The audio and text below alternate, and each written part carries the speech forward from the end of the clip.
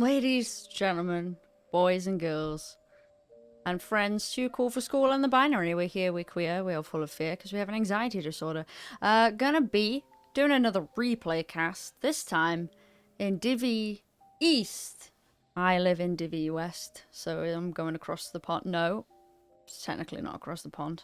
It is Chogall Chocolate Factory v LTK We Hate Objective, which I want to know all of the things behind the name LTK We Hate Objective. Well, maybe not the LTK bit, because I get a suspicion that that's some kind of like a group of teams on maybe like a Discord server or something like that. I'm still new and a boomer, so bear with me. But the We Hate Objective piece, because I feel like it speaks to everyone's soul, at least in Storm League that I play with. Nobody does the objective, nobody hits the core. So yeah, I'm digging that name. Honestly, I'm digging both names though. Chogall Chocolate Factory. I love some wordplay. I love me some wordplay. My name is Psychopants or Psychopants, depending on the mood today. I mean Psychopants. I'm leaning toward that generally. I will be casting this little dude, and then we will be probably playing some Storm League. See if I can get some wins. I have done off stream, which has brought my morale up a little bit, because there's nothing quite like a match history full of red to stop you, to make you want to quit the video game.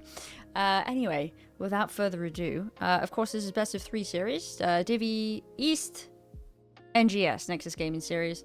My alerts will be off while I'm casting, even though it is a replay cast, just because otherwise I know my attention will be split, and it would be nice to keep the cast clean for both of the teams. So without further ado, let's go see where we're going. Wow, that is just looking real laggy since OBS updated. My bad, team.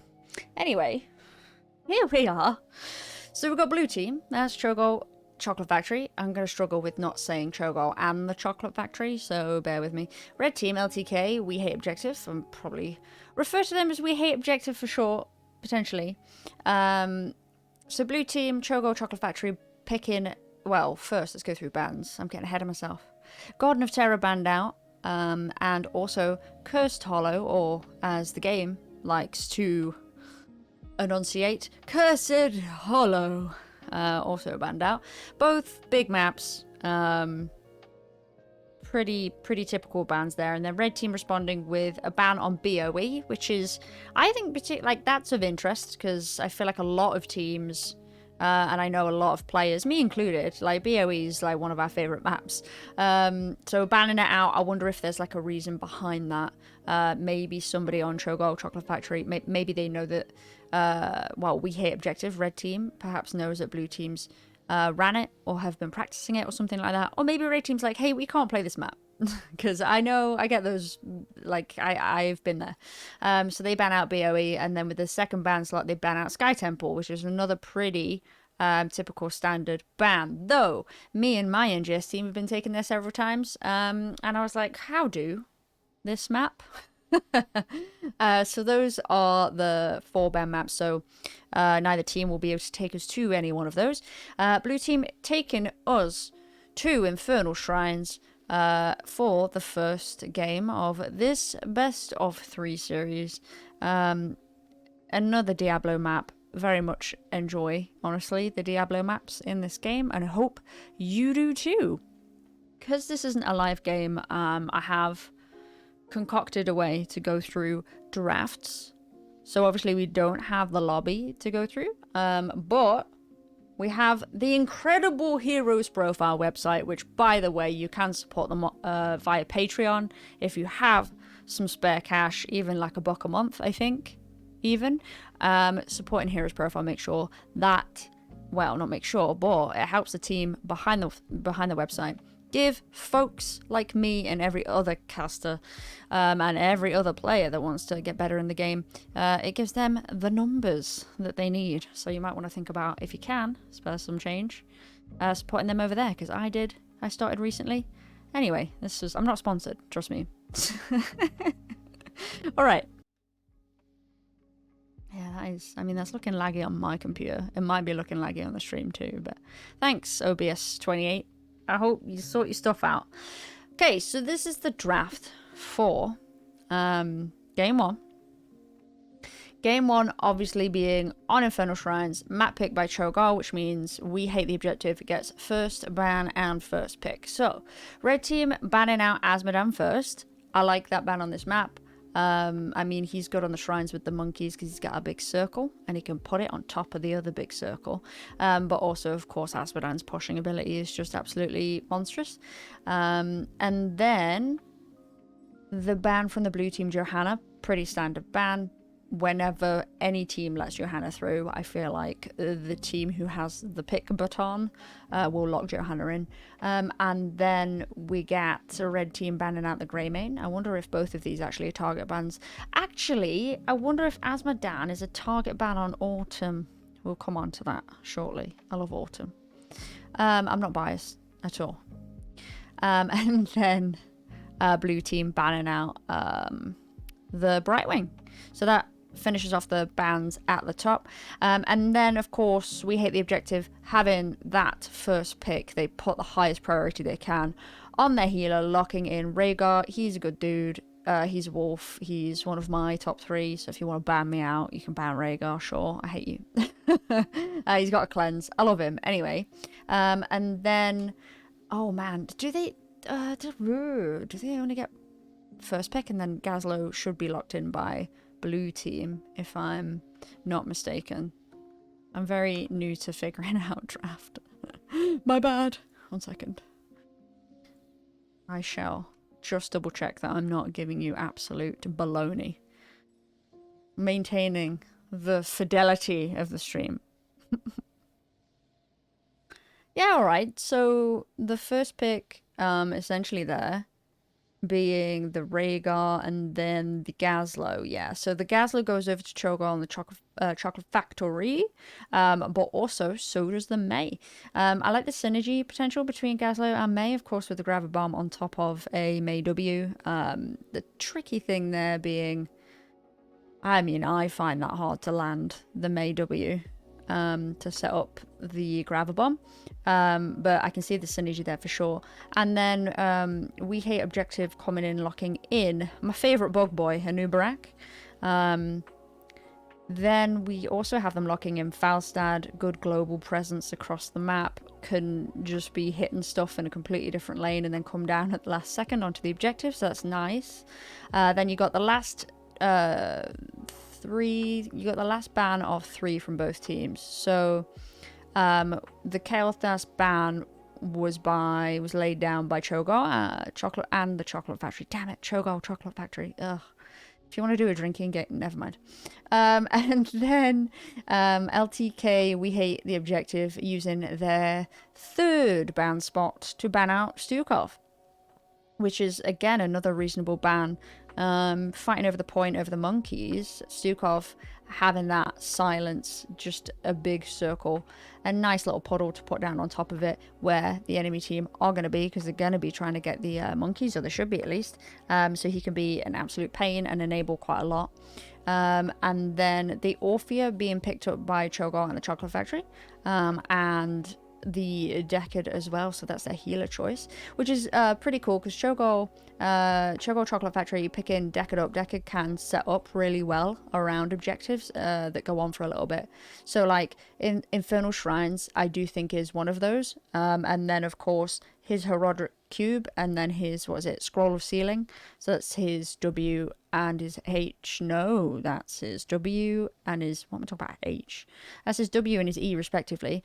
They can cover a lot of ground around that shrine, because I fought into that and it's upsetting. And then you've got We Hate Objective, so you got red team then picking up the Leoric for their solo laner. And you got also red team picking up the Junkrat. Surprising that the Junkrat got that far down through that draft. He, of course, with his traps and his satchels, and honestly, I mean the Q, very good, very strong contender around the objectives as well.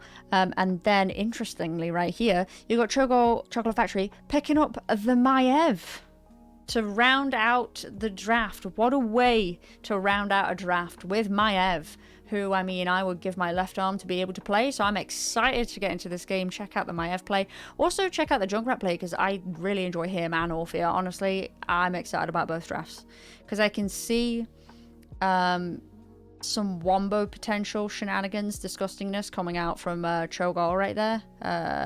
And then we hit objective. You know, actually with them, less so seeing the wombo combo potential, but the power of Leoric, they do have the global on their side, and then also the power of Leoric to just be offlaning, and then he'll wander down to objective for a split second, push his buttons, and then leave, and you've more than likely enabled a kill. I think that is disgusting, and I'm excited to see both of these teams go at it in this first game of best of 5. Again, it's Chogall Chocolate Factory against We Hate Objective, playing on Infernal Shrines.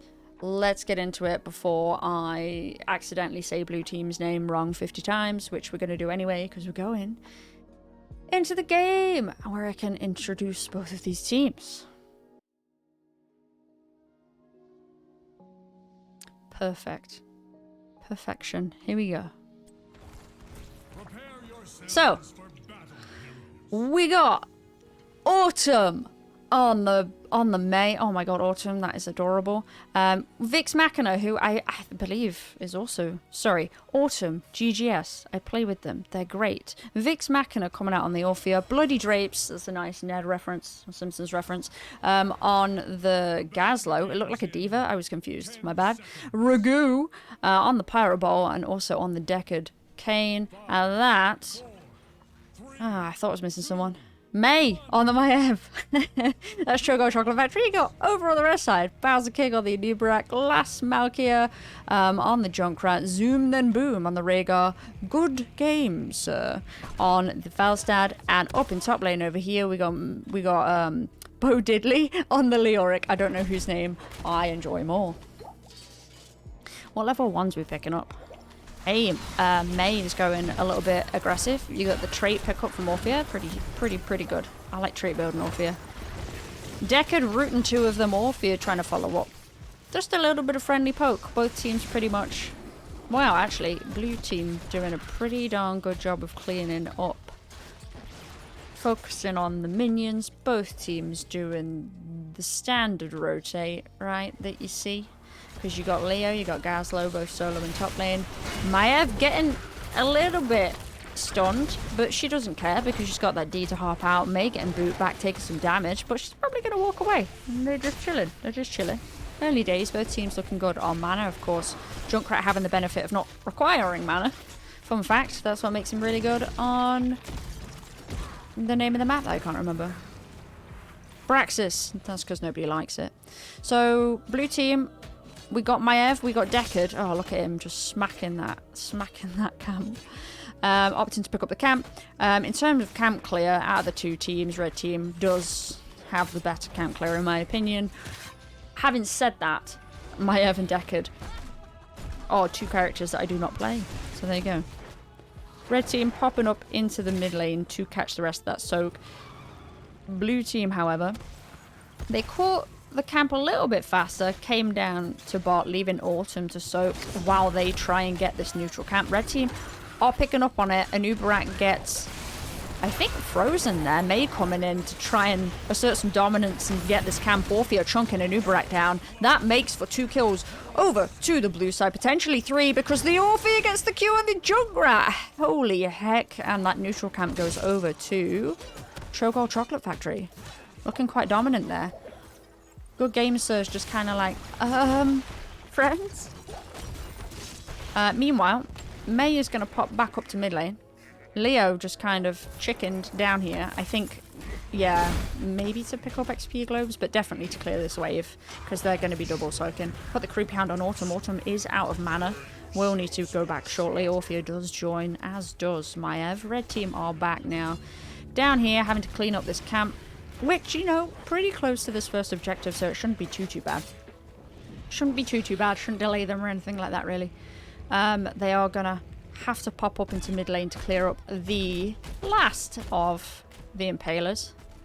And it looks like red team are actually making their way over to that camp up there, which is a little bit late because the objective is up. And of course, blue team is well positioned with the potions, with the turrets, getting set up for a bit of a siege. Red team do send 4 people up here, so that's quite a big commit. You've got Junkrat, Last Malkia hanging out down here, does a good job on the mid wave. So red team do have the advantage on that mid wave. Somebody's pinging madly to get on the shrine. 26 monkeys go over to blue side by the time red team get down here, so that is interesting. You've got Nubarak burrowing in. You got May rooted, having to pop a D quite early there, so if she stays there, she's going to go down like a sack of spods. No, blue team comfortably secure it, but not without paying the price of 1 May, please. It is also a frozen Punisher on the side of blue team, so not just any old Punisher, it's the frozen one, which does turn off structures. Having said that, though, blue team do wander off. It is only the first objective. They did already have some damage down here, too, of course, with that neutral camp pickup. Meanwhile, you got Bo Diddley, like, hey, I guess it's a party mid. Orphea, Maiev, Deckard get a cannon tower and or probably the gate with the help of those ranged minions. Yeah, not too bad there. So the Punisher finished off this wall, I believe, got some of this structure, and then blue team got the gate and got one of the cannon towers. So far, blue team looking really, really, really strong. They got 3 people on this top camp, which of course red team will have to respond to because it infinitely spawns dogs. Red team hanging out over here, 4 of them on this camp. Probably continue to rotate afterwards. I believe blue team will be coming down to get their camp shortly as well. Indeedly do. Not the fastest camp takers in the world, Maiev and Deckard, but it's okay. Orphea's going to scout in this bush. Luckily, no one was there to kind of jump on her because Anubarak's a bit of a king at that. Red team continuing to do the double soaking. They will get the XP and then wander back down to mid lane. I mean bot lane. Feels bad. Oh, are we going to have a repeat? This time though, May is not with them and is showing mid lane. So red team 4v3 against the blue team right now. I don't know if they've cottoned on to that though, because May is going to make her way down here, make her way downtown. Maiev getting Junkrat trapped, uses the D early. Red team comfortably getting it. May trying to do what she did before, a little bit late on the draw, comes in. Red team already got the camp. Maiev pulling people in, but it isn't happening. It's not happening. Unfortunate, but at least blue team, with committing a bit late there, didn't lose somebody. I think it could have been worse. Orphea's going to clean up that camp. Meanwhile, red team are going to keep the rotations up, keep the XP up. Both teams looking pretty even on XP, actually. We did have Gazlo, hey. Oh, is he going to get picked? Yeah, this is a commit. Anubarak using both of their million stuns, I mean, that's math, to take down the Gazlo, securing level 10 for We Hate the Objective. Having said that, though, blue team, seeing that the gank was going to be happening on Gazlo, and that it, of course, was 4 people on red team, do opt to get at least some structure damage. So, trying to, you know, silver linings. Maybe? Not silver linings? I also forgot to turn my music off, because that's great. Give me 1 second. We don't want that on. We don't want that on. Get off. Here we go. Perfect.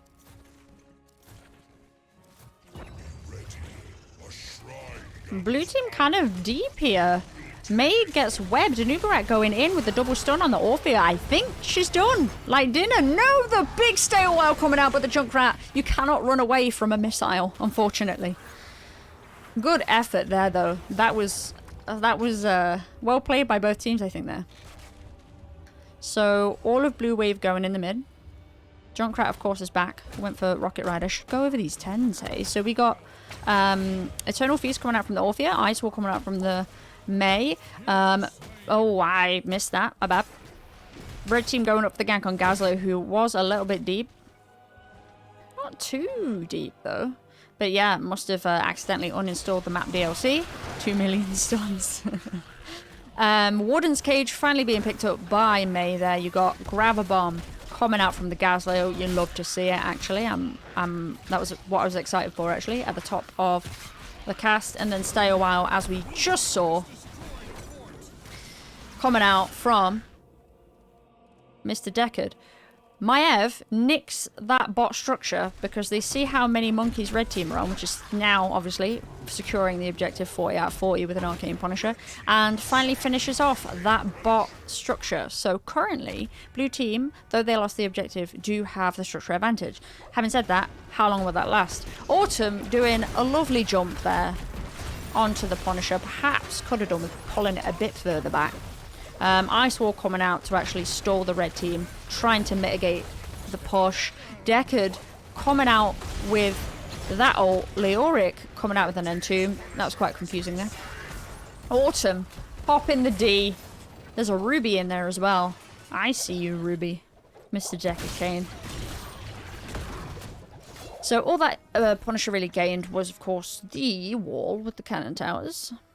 So in terms of the value out of Punishers, blue versus red, I think blue's got a little bit more. Of course, it wasn't for Frozen Punisher. Oh, May trying to do the slide in to steal the camp. Again, a little bit too late. Orphea gets cocooned. May gets taken down by a rotating Felside and Leoric to secure that kill. I believe Orphea's probably going to go down as well by that cocoon setup. And Leoric is slowing the already slow old man. Will this be a third kill? I think it will be.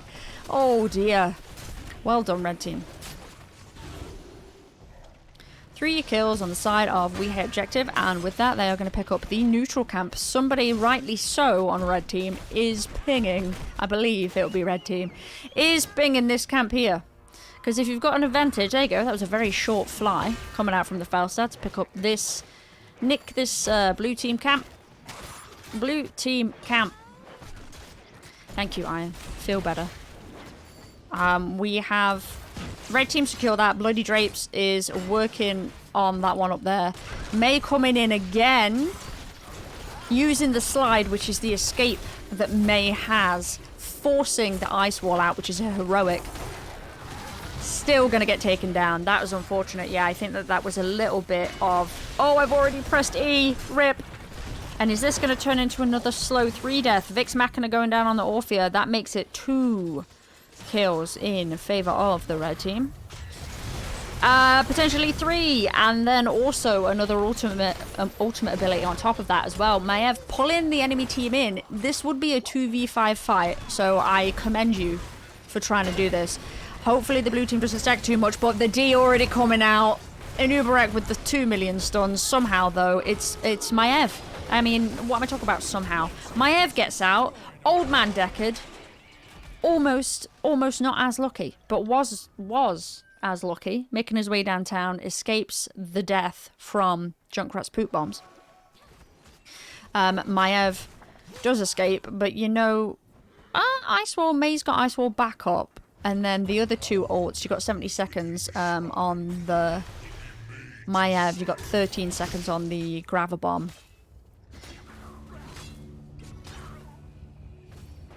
Red team picking up top camp. It's just a Nubarak and Faustad, so that's a little bit better, I think, rather than all 4. As I say that, of course, all 4 do group up, but that's fine because like objectives up here, so they'll be well positioned for that. Again, blue team showing up a little bit before red team. They are fighting at a talent tier disadvantage. Cocoon coming out on the May. Honestly, really enabling a lot, but blue team actually turning around. They cottoned on, trying to get May out. They get May out. May Ice Walls and Uberak gets entombed. Oh my god, you got an internal feast on top of a Deckard Stay a While and Listen, which was a synergy that I did not even point out or think about before. Leoric going low, but still lives to fight another day. What's he looking for here? Hey, what are you doing? What are you doing? What are you looking for? I smell another Entomb. Entomb, of course, is on quite a low cooldown. Well, actually, I say that. It's on 20 seconds currently. I thought it was shorter than that. Got Junkrat doing all that chip damage. It's irritating and upsetting. Of course, that was a really... blue team were fighting against the odds there because they were down a talent tier advantage and they still managed to get a pick despite Cocoon coming out on the May. So really flipping their focus and getting May out of that Cocoon, I think, did really do wonders for them. Ice Wall is also almost back up, even though it was just used. So you got Faustad flying down, trying to kind of cut their losses with Leoric, catching these Impalers in the lane farthest away from the objective. Blue team pushing in. It is a Mortal Punisher in favor of Chogall Chocolate Factory. They should secure this structure quite comfortably. Leoric and Faustad being down in bot lane. I don't know if both of them need to be down there on the for red team. But Faustad is making his way back, of course, using Fly actually to get down there to the camp in the first place. You've got the good John Cena jump. Bowser King doing a good job of moving the Punisher a little bit closer to structures just to mitigate a bit of the push from blue team. So red team lose a wall and a couple of cannon towers, but not too much damage to that keep, which is good for them. Blue team are going to have to clear up. Oh, that is a lot of globes. That's a lot of XP right there. I feel like I want to reach my hand through the screen and grab it. Gazlo going back to clear that up. Just going to get... won't get a full cannon tower, especially with that stun. So good job. Blue team picking up this camp. Red team motioning. They see the only thing left on the map is this camp that both of these teams have... So far, the skirmishes over this camp, blue team have won 1, red team have won 1. May getting trapped, gets 2 stuns on her from the Anubarak, and that Entomb coming out just as a body blocking tool right there, but it turns around really quickly. That is a 3-for-1 trade in favor of Chogall Chocolate Factory. That was incredible. Honestly, it was looking really good for red team there. The Entomb coming out was big to block May and secure that kill. That was incredible. But blue team, I think it was big Orphea value right there. Also, I'm really sorry, I forgot to go over the red team's ults. You got Cocoon, of course, from the Anubarak. You got this one that I never picked, Rocket Ride for Junkrat. Entomb, of course, for the Leoric, and Sastral for the Rhaegar. Hinterland Blast for Faustad, not the Ghost. Bloody Drape's taking quite a bit of chip damage right there, but healed up nicely by Deckard Cain. Lovely old man. Maiev getting slowed by the Creepy Hand from Bo Diddley. In turn, getting rooted for a hot second. Won't translate to too much. Faustad's back up for red team, and Anubarak is now back up, so both teams on 5v5. Red team will have their ults up, all of them. They'll be up a bit quicker than all of blue teams. That's a 3-person stun coming out from the queue into a swing from Leoric, slowing 3 of them and chunking their health down. Unfortunately, May going down, popping out an ice wall in her dying breath, just like the structure is somehow alive. That looked like an Abatha clone for a second. Faustad, again, the Anubarak is just going to secure that kill and a death ult as well. So that's another cooldown.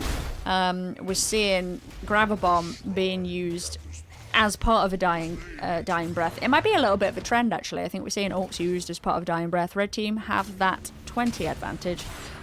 Blue team at a full level behind, actually, of XP. Red team securing that camp. Blue team are kind of like, well, can't do much about that. At least I hope they were. With the Shrine coming up, blue team is not going to have the Gazla. They will have the May up. Both teams are about even on in terms of what heroics are up. Red team catching that Impaler camp. Unfortunately, Maiev does have to deal with this Shaman camp, because if you leave it, it stops spawning. It keeps spawning dogs over and over again. She will leave that dog, though, because those range minions will clear it up. There are some, I believe, shenanigans brewing. Anubarak coming in with the aggressive E into the Entomb to potentially secure the kill on Orphea. Never mind, Orphea gets out. Everybody gets sucked back in by the Maiev Warden Cage into an Internal Feast. Oh my gosh, Hinterland Blast taking down the Orphea eventually. And that's another dying breath. Gazlo will coming out. Creepy Hand coming out on the 30 HP Maiev. Maybe gonna get killed by a Q. Hammerang. No. And she's somehow back to full health immediately. What it must be like to be Maiev. That was 30 HP in a dream, and her dream was fulfilled. Red team not quite being able to secure that kill. But with that, blue team, 2-for-1 trade. in favor of the red team. Blue team have level 20s. Do go towards the Punisher even though it's being capped. Unfortunately, Autumn getting picked again. Going into that Impaler camp there. Nobody really to defend the John Cena, because if Maev baits it, there's a chance that she kind of just gets a bit wrecked, and they do have a camp mid pushing as well, so I think the structure will go over to red team quite comfortably. Maev having to opting to clear this up and maybe play a little bit safe, but red team can rotate through this vision that Maev doesn't have. Maev sees that camp bot taken. I suspect probably sees Leoric wander off a little bit and then backs right up. So well done there, Maev. After going down to 30 HP, I'm sure you're a bit... Oh, lordy lord. Gazlo getting picked out again by 2 Anubarak stuns. Unfortunately, the Junkrat ult was maybe a little bit of an overkill if this was Final Fantasy. But he will be back on his rocket ride very soon. That is Rhaegar going deep, having to use Ancestral on himself. So 100-second cooldown popped there. Blue team must be shouting that out on comms at this point. Orphea coming in, missing. Well, maybe missing, maybe focusing on the wave, but doesn't have too much PvE damage really, does she? That is a tire, rip tire coming out from Junkrat, so we know obviously what level 20 he's gone for, probably. Warden's Cage grouping the red team up, but Hinterland's Blast knows no bounds. Gets some damage and red team secure that structure. Blue team having to deal with quite a lot right now. Honestly, they almost have mid-structure down. It's on 30 HP like May was. No, Maev was a couple minutes ago. Look at it. Look at this. Somebody just needs to sneeze on it. Just sneeze on it. Red team picking up their camp, staying as a 4. Probably a decent thing to do. I imagine they'll mosey on over and get that top camp as well, because their camp pressure has been giving blue team something to think about. That is for sure. Catch the Shaman camp, no problem. Yeah, so Orphea's gone the trait build. Deckard's gone the activatable, he's gone button build, basically. You got the Sapphire, you got the Ruby, you got the potions that if you leave them on the floor, they'll refill, I think. No, not refill. Turn into super potions. Lovely. Is that Horodric's staff? No. Oh my god. I was going to be so excited. So Deckard has what, like a level 16 where if he hits someone, basically he can stun someone for 0.75 seconds with his stick, and it makes me very happy. Alright, red team obviously taking 2 camps. They got 2 Shaman camps pushing down this top lane, so that is the last structure. Well, second to last structure going over to the red team with the force of 1,000 suns, seemingly. We got May, we got Gazlo, Orphea, everybody stepping up to clear that out. That does mean, though, red team technically could just whoop, go there. But instead they opt to use the space by stealing blue team's camp, which is the safer play and is a good play. Well done. I'm not sure. I think blue team, at this point, they're just kind of having to run around and try and do some damage control, aren't they, here? Blue team are just kind of going camp to camp. Sorry, red team are going camp to camp to camp quite nicely. Focus might be a little bit split. Bimpy, thank you for the lurk. Red team, I think, are looking for something because they see May in bot lane again. They see May in bot lane and they're going in. That is an E into a Q on the Gazlo, into a Junkrat or into an Entomb, into a Hinterlands Blast, and that is 2 people down on the blue team. Resets on the Hinterlands Blast. Deckard's like, hey, no, stay a while and listen. Maev, unfortunately, wakes some of them up, which might be bad for Deckard. No, he's fine, he's chilling. May, on the other hand, already popped a D, I believe, in that last team fight. Does E away. Some icing on the cake. I'm kidding, it's not, but I had to make a May-related pun. Ice Wall coming out just to try and stall the core push. Deckard hiding in this corner. Halfing, it's gone back to safety. Anubarak trying to go for the May kill. Cocoons the Deckard. I do believe that this will be GG to We Hate the Objective, who get a little bit of chip damage on Deckard. Just push him into the core there. GG, well played. That makes for 1 point over to We Hate Objective, even though clearly they don't hate the objective, because you get it. You get it. Where's my scene? Oh, man. My screen's too big. My screen's too big for the thing. Alright, we'll back up then. Wait a minute. Here you go. Alright, let's take a little proper look-see at the end here, at these talents, and see what might be unusual or not unusual. Or unremarkable would be the better word. Yeah, so we went over, of course, like the ults. Red team got some mad value from the cocoons, honestly. Just cocooning Mei to be like, nope, and then walk past her and secure a kill on one of the DPS.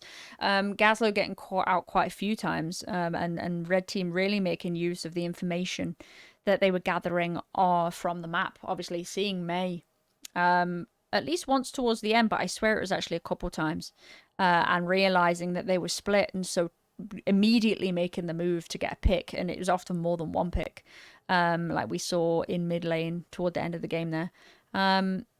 I mentioned, yeah, deck could go in basically just button build. You get the Sapphire 1, the Ruby at 4.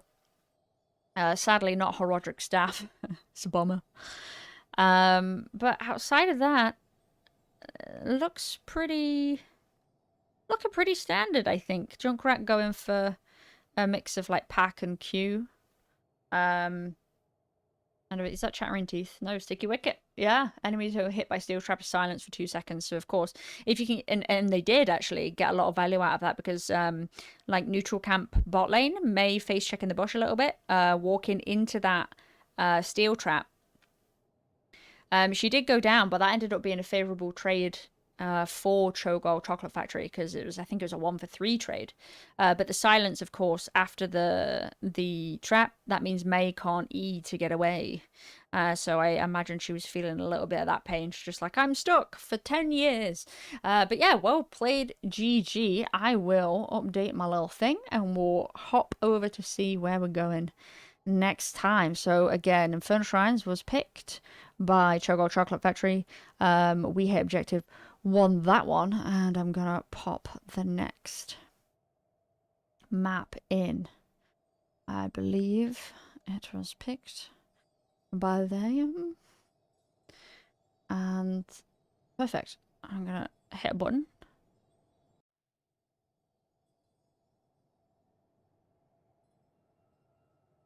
Lovely. So for game numero 2,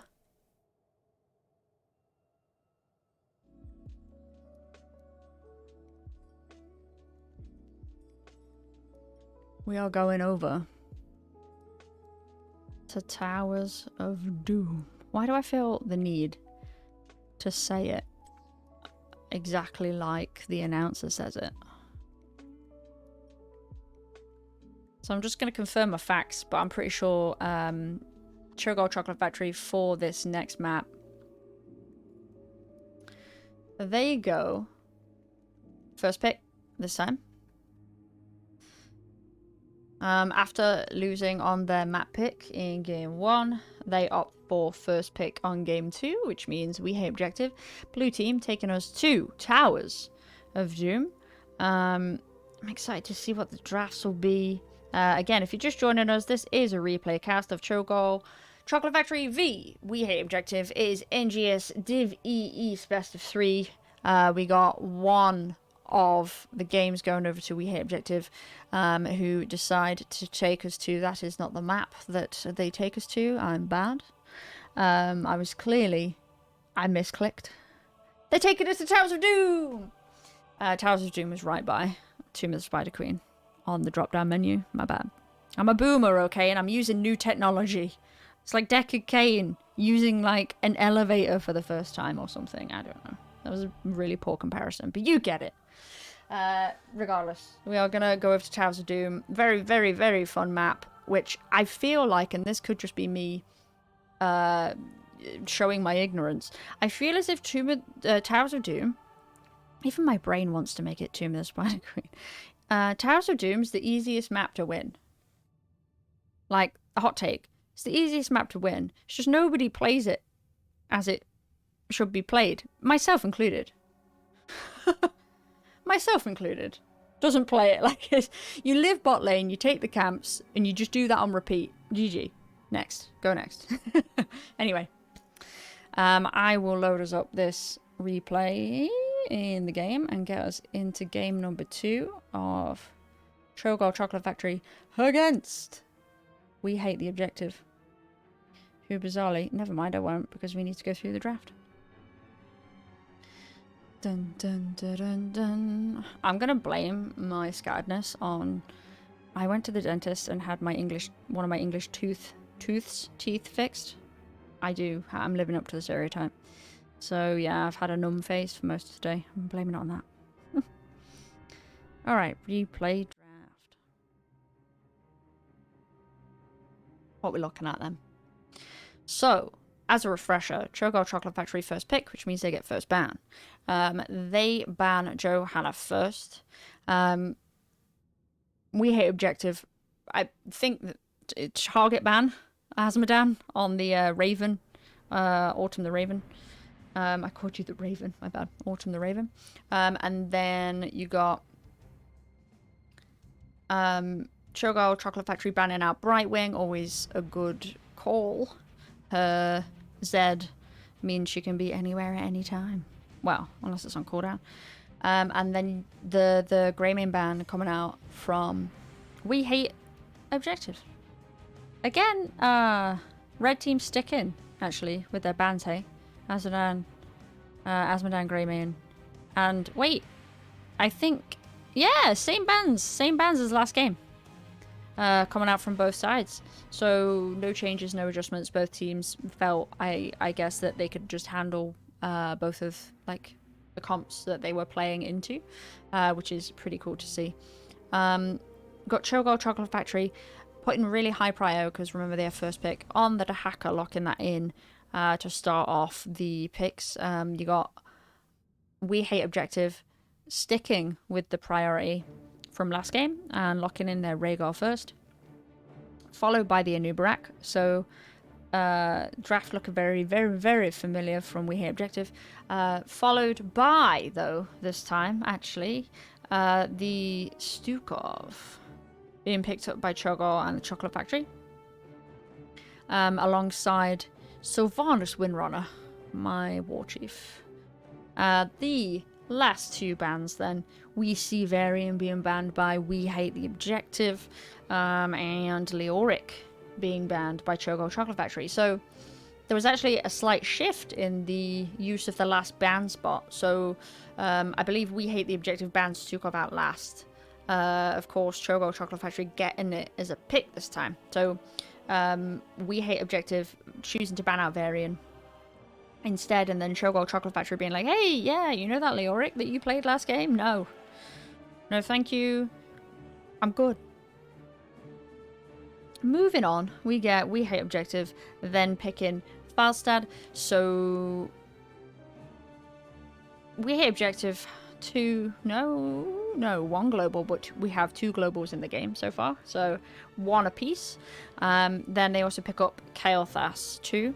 Chogall Chocolate Factory responding with Diablo. Good map for him. Quite, of course, you're fighting over the bell towers, right? Like you're fighting over the channel, so walls surround each of those channels, and Diablo's stun doesn't happen if there is no wall.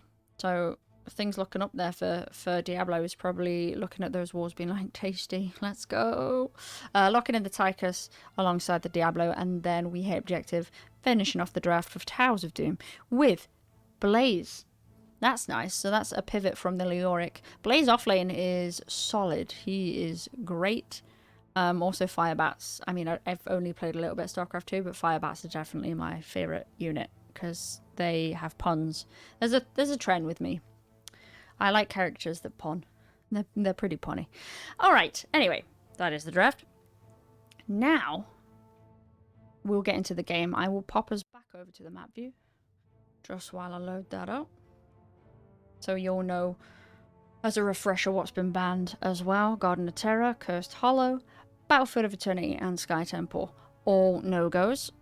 I'll load us into Towers of Doom and we'll get rocking! To quote ETC. I'm sorry, that was terrible. I'll see myself out.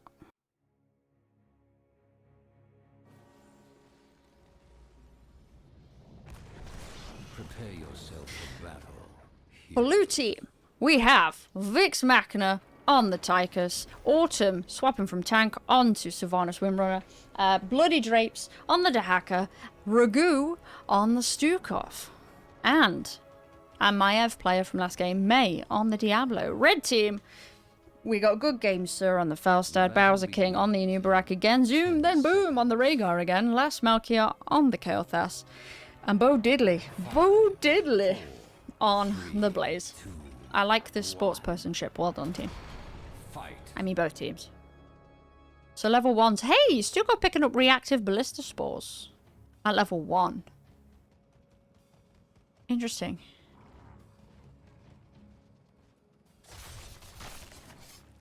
Huh. Yeah, so basically while below 50% health, cooldown of their D, bio kill switch, is reduced. Interesting, interesting.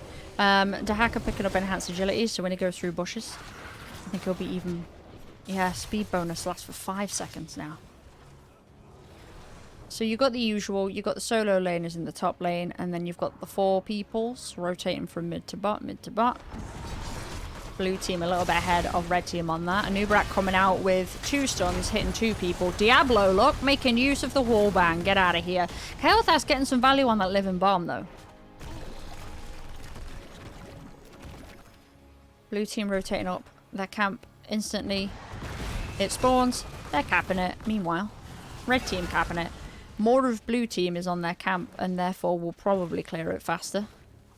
Because we had a Anubarak and Rhaegar pushing up the wave in bot. So blue team capping that camp just a little bit before red team. Red team are now actually split. You've got Good Games Sir mid. I think the four person's like, hey Felstead, you need to get down here, because Blaze, I believe, should be the one to pick up mid as and when needed.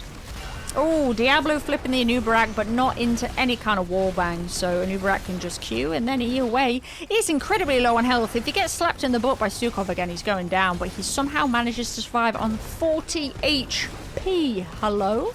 Blue team's camp has already been taken down, so blue team are going to have to try and clear up red team's sappers too. Dahaka and Blaze doing their due diligence, trying to clear up top and mid while the 4-man fights in the bottom. And they're just doing a nice little dance lot. Look. They're just swapping. Bloody Drapes is like, I'm up here. Blaze is like, I'm down here. And then they just swap and just keep doing that. It's like a delicate balance. Anubarak, are you looking for something? Are you looking for a stunning 5 million people? I can feel it. It's Falstad or Kael'thas is stepping up like it's just me, your boy. Anubarak shows. Blue team, not face checking that bush today. No, no, no. Dahaka continuing the rotations. Hey, you know what I just noticed though? Sylvanas is up here. I wonder if Autumn went up there to help Dahaka on the camp maybe, and then it didn't end up happening, potentially. So that actually leaves blue team at a bit of a disadvantage over this middle channel because it's 3v4. Anubarak trying to find an E, goes in, doesn't find anything though. Diablo walks up, takes 2 living bombs, and a lot of damage from Felstad goes down at the same time though. Anubarak goes down too, as does Felstad, getting caught by the drag from Dahaka. So 2 for 1 in favour of Chogall Chocolate Factory. But red team did channel the objective, so we are looking at 36 to 32 in the favour of the red team. Anubarak actually potentially DCing. Are we going to see a pause? No, comes back. Alright. No pause to be had. Autumn on no mana, Vix Machina picking up this camp down here. We do have 2 coming top, potentially trying to go for a gank. Not going to really work out, unfortunately. Bo Diddley just shaking it off, walking off. Stukov and Dahaka now going to pick up this camp. Again, not two of the fastest camp takers in the world. Did he go the talent to make him better at mercenaries? No. 4 people on red team picking up their sappers in the bot, as seems to be a trend. Blue team picking up their sappers first. Anubrak looking for something, goes for an E, doesn't connect. So then red team clearing up blue team's camp. Blue team then having to kind of spend a little bit more time bot lane than they might like to clear up the sappers. Meanwhile, Stukov doing a bit of an aggressive rotation. Anubrak and the rest of the red team trying to get that pick, but it doesn't quite work out. Did look like Diablo was going to be in a rough spot trying to peel for Stukov there, but does walk away now on basically full health because Stukov is an assassin and a healer. He can do everything, that man. Red team well positioned for this bell tower. Anubrak scouting, well, I guess being a ward to give information to the red team. We got, this is a sort of a 4v, it's a 3v3 with Rhaegar going down.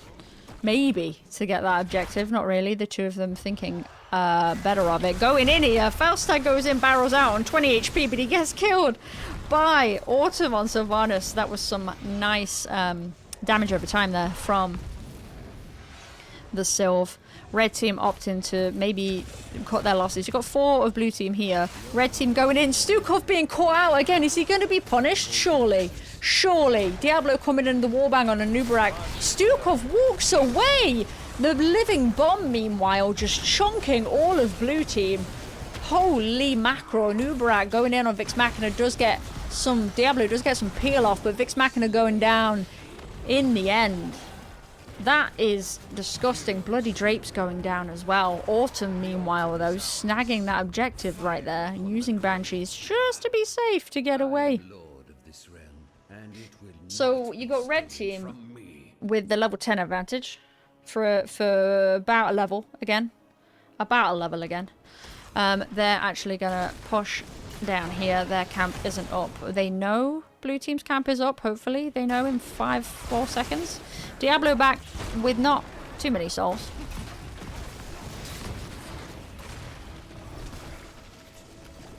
I love Ragu's name. Ragu reminds me of the pasta sauce in the UK, but that's spelled R-A-G-U. Sylvanas showing in the mid.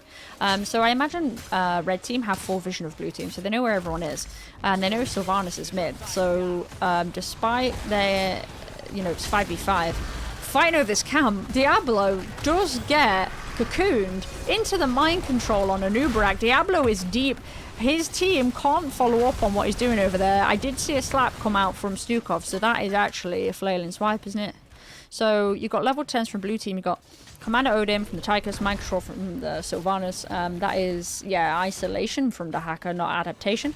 And you got the flailing swipe coming out from the Stukov. Diablo holding on to their level 10 currently. Meanwhile, red team getting this camp. Cocoon on the Anubrak. You got the Phoenix coming out on the Kael'thas. Bunker coming out on the Blaze. Hinterland Blast again coming out on the Falstad, despite not having that Entomb, which lines things up nicely, doesn't it? And then Ancestral again out on the Rhaegar. Red team's solo. Like that top lane. Ooh, drag coming out on Anubrak. Does get cleansed into a mind control. Rhaegar only has 1 cleanse. Anubrak goes down. Hinterland Blast getting a little bit chip damage. Diablo looking for more. Tried to stun, I think. Falstad didn't quite go off, or it did. Not sure there. Isolation coming out the Falstad. Bloody Drapes just getting casually chunked down, but Stukov does not mind. Also with his essence. Autumn gonna sadly go down to that living bomb and spread it to Bloody Drapes, who's gonna spread it to Stukov a little bit. Meanwhile, Commander Odin coming out, running its course. Blue team looking very low. Blaze looking lower. Falstad coming out with a Q. The hacker dodges it by burrowing and is currently invisible, but no longer. The W coming out onto hacker. The hacker dropping it immediately, and there's flame again on Stukov. There's just too much fire. Too much fire. Diablo coming back with 26 souls, not going to look too chunky, is he? Anubarak cocoons Diablo immediately, so it doesn't matter. Vix Machina doing the good job of dropping the bomb elsewhere. The bomb, again, out on Diablo, who passes it to Dahaka. I do think this Kael'thas is getting some value. Having said that, though, Kael'thas did go down on the red team. Blue team channeling. Blue team do have the person advantage with that pick on Kael'thas for 14 seconds. Blaze already headed back top. You know what, though? Blue team, they do have the Sylvanas, which means they can turn off structures. So I would have expected to see something a little bit more aggressive there. I do know, like, it looks like she's headed top. She went mid to clear a little bit, and then she's headed top again. So it's a 4v3 down here again in bot lane. And you've got Sylvanas and Bloody Drapes trying to get this objective up here. Both teams are level 13. But red team probably saw Sylvanas, and they know that they can take this camp down here again.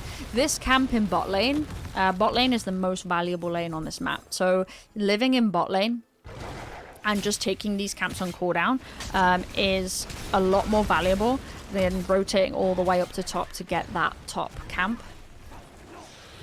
I would hazard a guess that if you never got top camp, like, you could win this game without ever getting top camp. Sylvanas is back down here now, so 4v4, Blaze going mid to clear that, and probably, potentially, as soon as red team see this invade, Blaze is going to come down, and it's going to be a 5v4. Mind control coming out on Anubrak, but not too much. Cocoon coming out on Diablo, but also not too much. The flame is out. Blaze comes down. We've got a Tychus. Hinterland Blast hitting 2 of the blue team. Anubrak burrowing into Autumn. Rhaegar's already coming out. That's an Ancestral. You got a massive, never mind, Flailing Swipe coming out. The Hacker on the back line does pull Blaze, who gets cleansed and then goes down. Diablo going in maybe to try and save the Hacker. It was a little bit of a lost cause, but you know, if you're a tank, you got to peel. I get it. That is 2 kills in favor of red team. The bogey, which is what I call Stukov's. No, Stukov, you're going to die. That's unfortunate. Yeah. The W coming out from Stukov there just to slow them. And then he goes down. He goes down to the W, and then you've got Tychus. Oh no, don't die. Oh no. Vix Machina does live to see another day. I was going to say Stagger in there would not have been... I'm sure blue team would not have been happy with that. Good to see Tychus walk away there. You got Blaze again with the advantage in top lane. The Hacker seeing the whole of the enemy team and then being like, hey, maybe not. Does leave Blaze and goes back top lane because, as I said, Blaze does have a little bit of an advantage up there. Eddie, you help those that help themselves. Cocoon out on the Diablo again. They're trying to use it to pick Autumn, but the Flailing Swipe just keeping Autumn alive. I think that's happened like 2 or 3 times now, so really well-timed Flailing Swipe right there. I think Mind Control was popped. Not too much happened with it. Again, blue team a little bit on the back foot with Soap. And this is what you do here, look. You live in bot lane, even though it doesn't make sense, or it looks like it doesn't make sense. Diablo's stepping up just a little bit too far into 2 stuns. Our red team going to force it. No, Stukov poking with the E, so that's going to be on a full cooldown. Red team do have the level 16 advantage, so I believe they're probably just going to wait for blue team to step up just a little bit too far and then hard commit. I'm surprised they didn't do it there, actually. Stun coming out just as a poke, though. Yeah, blue team now level 16. I think red team could have really dug in there. They are going to see blue team rotate for the objective, and I presume that they're going to steal their camp bot. Activate them now. Because I think blue team do have to choose there between bot or the objective. Red team cap bot objective. Then the Hacker blue team caps top left. Blue team are trying to dig in over here. Mind control coming out on the Anubarak again. Ancestral coming out just on time to keep Blaze alive. Meanwhile, the flame is spreading and they secure a kill on Stukov. Autumn walking into that, unfortunately, the Q from Kael'thas. And then Faustad coming in to seal the kill. Vix Machina going down very quickly. But Bloody Drapes pulling the Anubarak again.